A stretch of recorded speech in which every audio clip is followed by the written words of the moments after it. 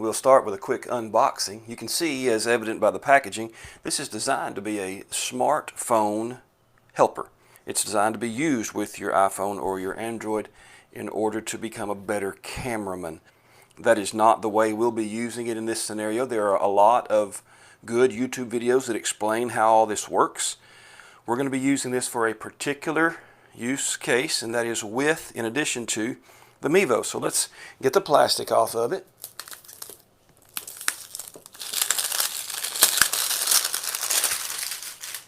We'll open it up. Packaging is nice. You can see that on the top we just simply have the Pivo itself. It's a nice compact unit. It is battery powered. It is Bluetooth connected. Underneath we'll find we have a charging cable, remote control, charging cable, remote control, and then the manual and instructions that we won't be pulling out of the box today.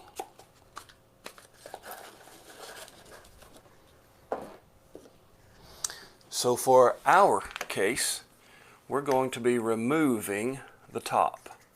This is what would clip your iPhone into it. It has a handy dandy level, so you know when you're level, I suppose.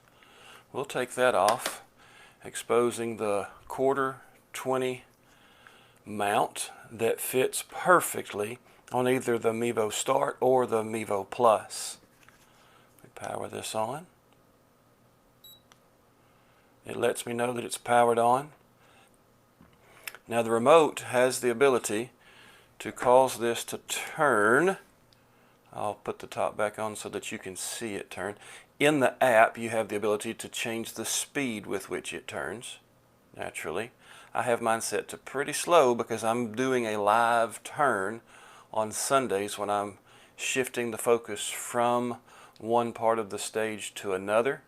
I know that the Mevo has the ability to zoom and pan, but when I'm streaming with a Mevo Start, with where I have my mount, that 84-degree field of view that I have on the Mevo Start will not quite catch some of the areas that I'd like to highlight during a Sunday morning service. So this gives me the ability to use that Start with its self-contained battery instead of the Plus, and still catch side to side with my mount being very close to the stage.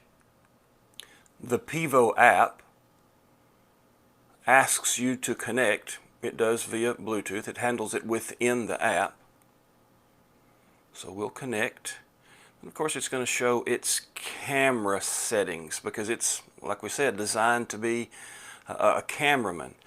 You can see my Start that I'm filming with above. We'll go so it's not distracting just back to the desktop, but you have different, depending on where you slide from, you have different features in the app. And the one negative that I have found about using this with a Mevo is this app has to remain open or the Pivo itself will auto shut down after 5 minutes. Even if I'm using it with the remote, if it does not have any interaction with this app, after 5 minutes, it's going to shut down. So the way I work around that is I just have my iPhone. I don't stream from it, I stream from my iPad.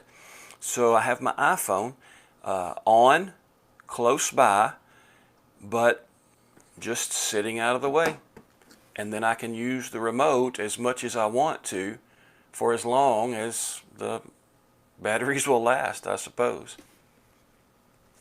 The setup I have pictured here has me mounting the Mevo on top of the Pivo on the stand side of the track at our football field. I know that our football field is small, our stands are small, and what works for me may or may not work for you. That probably goes without saying. But I want you to see how, without zooming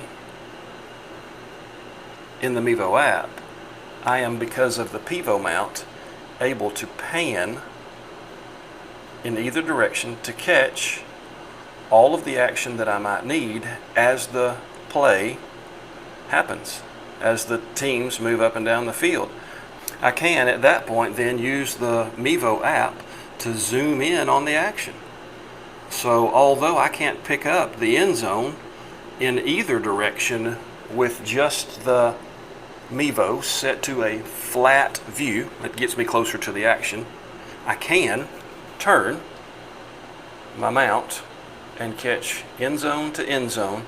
I can zoom in on the action, and the folks who would not otherwise be able to watch a football game on a Friday night because space is so limited in this COVID era will be able to watch on a live stream. In Texas, we have an organization called the University Interscholastic League, UIL, who lays claim to the streaming of the broadcast rights for high school football games. This year, because of COVID, they're allowing each individual school to stream their own football games. But there may be some folks out there who've been streaming their baseball games, who've been streaming their softball games, and you recognize an opportunity to serve your community by streaming your football games. If you haven't already seen that begin to be in place, check with your local athletic director, check with your local independent school district, and see if this is a way that you might be able to help them allow their parents, grandparents, and community to see those football games that they would otherwise miss. If you haven't already, click that like or subscribe button so I'll know to continue to produce content for you.